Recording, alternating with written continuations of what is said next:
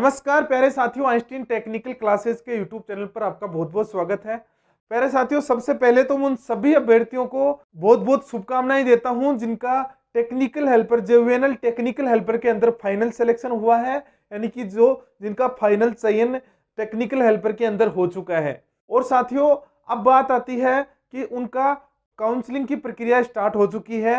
यानी कि देखिए, इससे जो पिछली भर्ती थी उसके अंदर या फिर इससे पहले जितनी भी भर्ती हुई है टेक्निकल हेल्पर की, उसके अंदर किसी भी प्रकार की काउंसलिंग करवाने की कोई भी प्रोसेस नहीं थी। लेकिन इस बार के अंदर देखिए काउंसलिंग प्रोसेस, यानी कि हम बात करें परामर्श कार्यक्रम इन विभागों द्वारा रखा गया है। जयपुर विद्युत वितरण निगम लिमिटेड द्वारा, अजमेर द्वारा और जोधपुर विद्युत वितरण निगम लिमिटेड द्वारा, तीनों द्वारा ये कार्यक्रम रखा गया है। यानी कि कार्यक्रम क्या है आपका?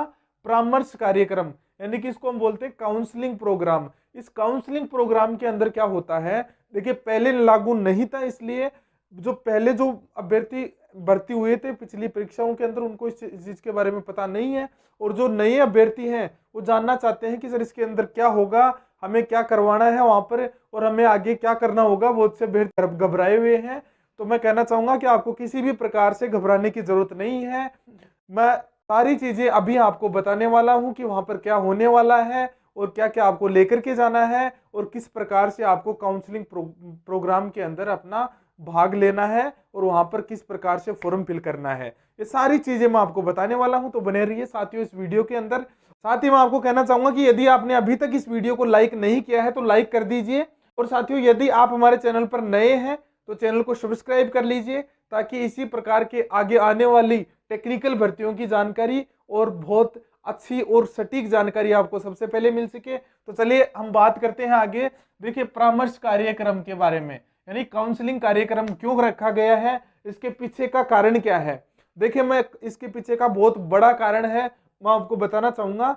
ये जो जोधपुर और जयपुर और अजमेर, ये जो तीनों डिस्कॉम है साथियों, इनके अंदर जब कर्मचारी भर्ती होता है और कर्मचारी को भर्ती होने के बाद में यहाँ पर क्या है कि अपना ट्रांसफर वो कर्मचारी नहीं करवा सकता है। यानी कि यदि यदि मान लो कोई सीकर जिले का बंदा है, मैं एक जिले का नाम ले देता हूं, मान लो कोई सीकर का है या नागौर का है, ये जो जिले आते हैं दोनों अजमेर के अंदर आते हैं।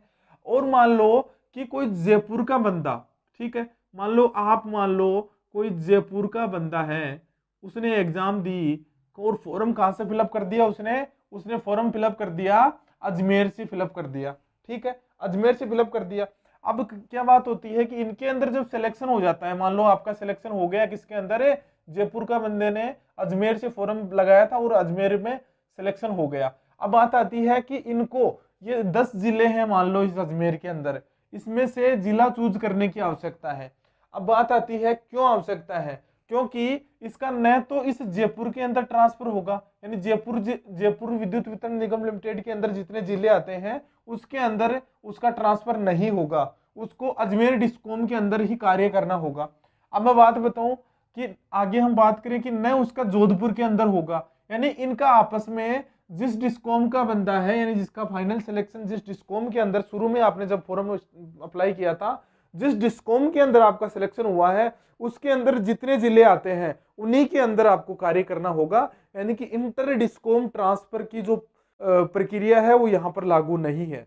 इसलिए आपने जहां से फॉर्म शुरू के अंदर लगाया था वहीं पर उसी डिस्कॉम के अंदर आपको ज्वाइनिंग दी जाती है। अब बात आती है कि ज्वाइनिंग देंगे तो उन डिस्कॉम के अंदर, जैसे कि इनमें काउंसलिंग प्रोसेस होगा आपका। देखिए मैं बताऊं कि मान लो जयपुर से आपने फॉर्म लगाया, कहां से लगाया, जयपुर से आपने फॉर्म लगाया। अब जयपुर के अंदर जितने जिले आते हैं उन जिलों में से आपको चूज करना है, मान लो कि जयपुर के अंदर आपका सिलेक्शन हुआ और आप हो कहां के, आप हो मान लो सीकर के हो और आपका सिलेक्शन कहां हो गया, जयपुर के अंदर हो गया। तो आप कहां से, आप किस जिले के, जयपुर के अंदर जितने जिले आते हैं जयपुर डिस्कॉम के अंदर उसमें से कौन से जिले के अंदर, यानी कि आपका जो आईएन ऑफिस नजदीक कौन सा लगता है वहां पर आप, या फिर आप जयपुर सिटी के अंदर जॉब करना चाहते हो तो हो सकता है आप जयपुर सिटी को चूज करो, या आप हो सकता है कि आपके मन के अंदर की इच्छा हो कि यार मेरा सिलेक्शन तो यहाँ से हो गया जयपुर के, लेकिन मेरा नजदीक जो जिला है वो जयपुर ही लगता है, क्योंकि मान लो कि कोई बंदा सीकर का है उसको लगे कि मेरा तो जयपुर नजदीक जिला है, तो मुझे तो यहाँ से फॉर्म फिलअप करना है और जयपुर के अंदर ही जॉब लेनी है, या फिर तो हो सकता है इस प्रकार से बाद में आपको किसी प्रकार की दिक्कत ना आए, इसलिए इन्होंने क्या किया है, एक प्रोग्राम रखा है। यानी आप अपनी मन इच्छा की मन पसंदीदा जगह आप स्टार्टिंग के अंदर पा सकते हो, ताकि भविष्य के अंदर इधर से उधर ट्रांसफर ना करवाने पड़े और आपको एक अच्छी और सुटेबल जगह मिल सके, ताकि आपको भी किसी प्रकार की दिक्कत ना हो और इस कौम को भी परेशानी ना झेलनी पड़े। और साथियों, ये जो प्रोग्राम रखा गया है, ये प्रोग्राम रखा गया है आपका दिनांक 22 फरवरी 2023 से 26 फरवरी 2023 तक, तीनों डिस्कॉम के अंदर ये प्रोग्राम रखा गया है। अब हम बात करें इनका समय क्या रहेगा, तो 8 AM से 6 PM तक इनका समय रहेगा। इस समय से पहले आपको पहुंचना है, 8 AM से पहले आपको वहां पर पहुंचना है।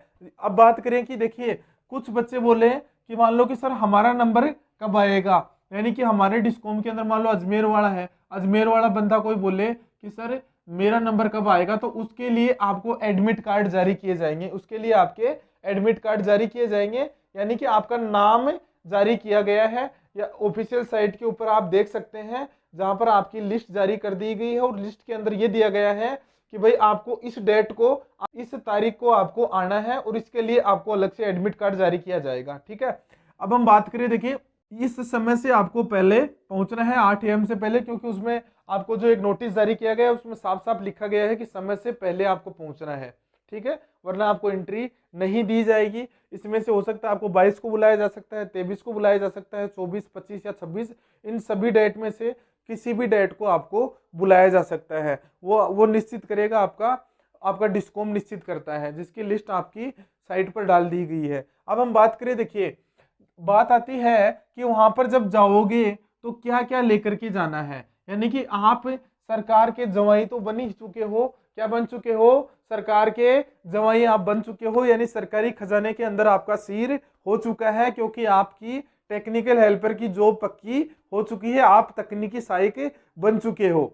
अब बात करते हैं कि इसके बाद में आपको वहां पर जब जाओगे तो उसके लिए क्या क्या लेकर के जाना है, क्या क्या कागजात आपको साथ लेकर के जाने हैं, और इसके अलावा जब आप वहां पर जाओगे तो आपको क्या क्या डॉक्यूमेंट साथ लेकर के जाने हैं। तो चलिए साथियों, मैं आपको बता देता हूं। एक तो आपको देखिए, डॉक्यूमेंट की बात करें तो सबसे पहले तो आपको लेकर के जाना है आपका पहचान पत्र, यानी कि आईडी प्रूफ, कोई भी आईडी आपको लेकर के जानी है। जैसे कि मैं बात करूं, हो सकता है आधार कार्ड, पैन कार्ड, या फिर आपके पास में कोई भी आपका पहचान पत्र हो, वो आप लेकर के जा सकते हैं। दूसरा, आपको रंगीन फोटो लेकर के जानी है। कैसी? रंगीन पासपोर्ट साइज फोटो लेकर के जानी है। ठीक है, एक आपको ये लेकर के जानी है। अब हम बात करें, देखिए हो सकता है कि यदि आपके पास फॉर्म अप्लाई किया था और उसके साथ की फोटो है तो वो लेकर के जाना है, नहीं तो आप नई फोटो लेकर के जाना है। तीसरी हम लोग बात करें, आपको एडमिट कार्ड लेकर के जाना है। ठीक है, यानी कि एडमिट कार्ड कौन सा लेकर के जाना है, जो डिपार्टमेंट जारी करेगा। कौन सा जारी करेगा? जो इसके लिए, किसके लिए जारी करेगा? इस काउंसलिंग प्रोग्राम के लिए आपको बुलाने के लिए जारी करेगा, वो आपका एडमिट कार्ड माना जाएगा, तो वो लेकर के जाना है। आप देखिए, हो सकता है वो अलग से जारी करे या ना करे, एक लिस्ट डिपार्टमेंट ने आपकी कहां पर डाली है, आपकी साइट के ऊपर अपलोड कर दी है, जिसके अंदर ये दिया गया है कि इस व्यक्ति को इतनी तारीख को आना है और इस स्थान के ऊपर आना है, ये आपको दिया गया है। तो हो सकता है विभाग उसको भी एडमिट कार्ड मान सकता है, उसको भी एडमिट कार्ड मान सकता है, क्योंकि उन्होंने ऑर्डर निकाल दिया है सबका एक साथ में।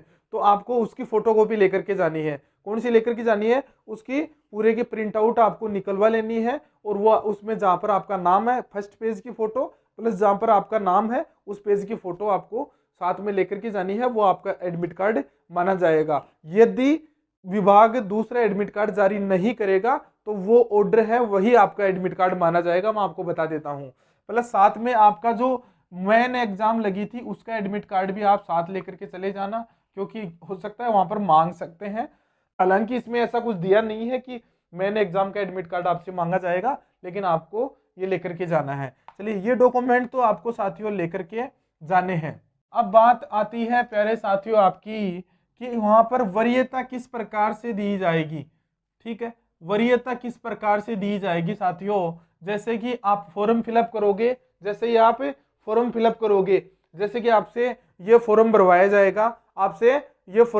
जाएगा, जिसमें आपकी रंगीन पासपोर्ट साइज फोटो लगेगी, इसके अंदर आपका नाम भरा जाएगा और इस फॉर्म के अंदर आपका यहाँ पर आपसे लिखवाया जाएगा, आपकी जो लिस्ट है वो आपके साइट के ऊपर दी गई है कि भाई इस ऑफिस के अंदर इतनी सीट खाली है, इस एन ऑफिस के अंदर या फिर इस खाली है, इस सहायक अभियंता कार्यालय के अंदर इतनी सीट खाली है। तो आप कहाँ से फॉर्म अप्लाई करना चाहते हैं या फिर आप कहाँ पर ज्वाइन करना चाहते हैं, तो आपको ये भरना है इस फॉर्म के अंदर कि आप कौन से कार्यालय में ज्वाइन करना चाहते हैं। तो उस कार्यालय का नाम आपको उसके अंदर भरना है, उस कार्यालय का नाम इस फॉर्म के अंदर आपको भरना है। और अब इस फॉर्म के अंदर जब आप फॉर्म के अंदर नाम भर दोगे और आपके फॉर्म फिलअप हो जाएंगे, उसके बाद में देखिए आपकी वरीयता किस प्रकार से होगी। वरीयता के अंदर देखिए सबसे पहले वरीयता दी जाएगी दिव्यांग को, यानी कि हो सकता है कि मान लो आपने सीकर जिला अप्लाई किया या जोधपुर अप्लाई किया,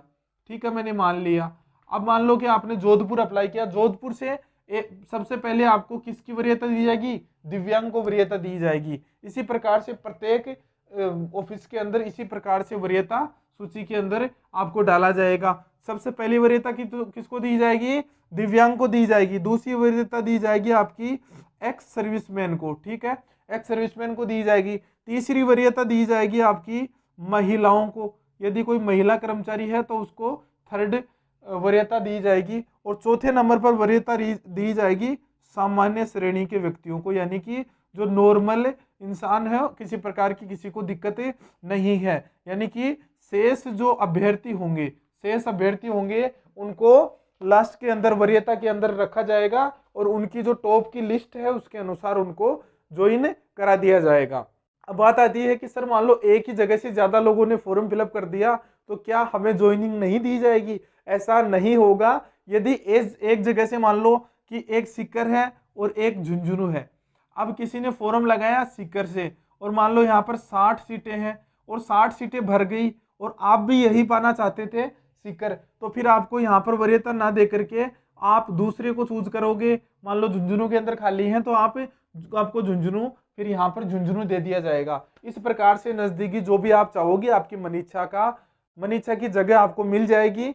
और 99% विभाग की यही सोच है और इसी की वजह से काउंसलिंग प्रोसेस स्टार्ट किया है कि आपको आपकी मन इच्छा की जगह मिल सके और आप अच्छे से काम कर सके और आपको इसके साथ में किसी प्रकार की दिक्कत ना हो, आप अपनी फैमिली को भी संभाल सको और आप ड्यूटी भी कर सको। इस प्रकार से विभाग ने सोच समझ करके काउंसलिंग प्रोसेस स्टार्ट किया है और मैं तो कहूँगा कि बहुत शानदार प्रोसेस है साथियों, क्योंकि आगे जब आप ज्वाइन करोगे उसके बाद में आपको 2-3 साल बाद पता चलेगा कि आपने जब काउंसलिंग प्रोसेस के अंदर ये जो कार्यालय आपने चूज कर लिया, इसकी वजह से आज आप उस जगह पर हो, अच्छे से नौकरी कर पा रहे हो।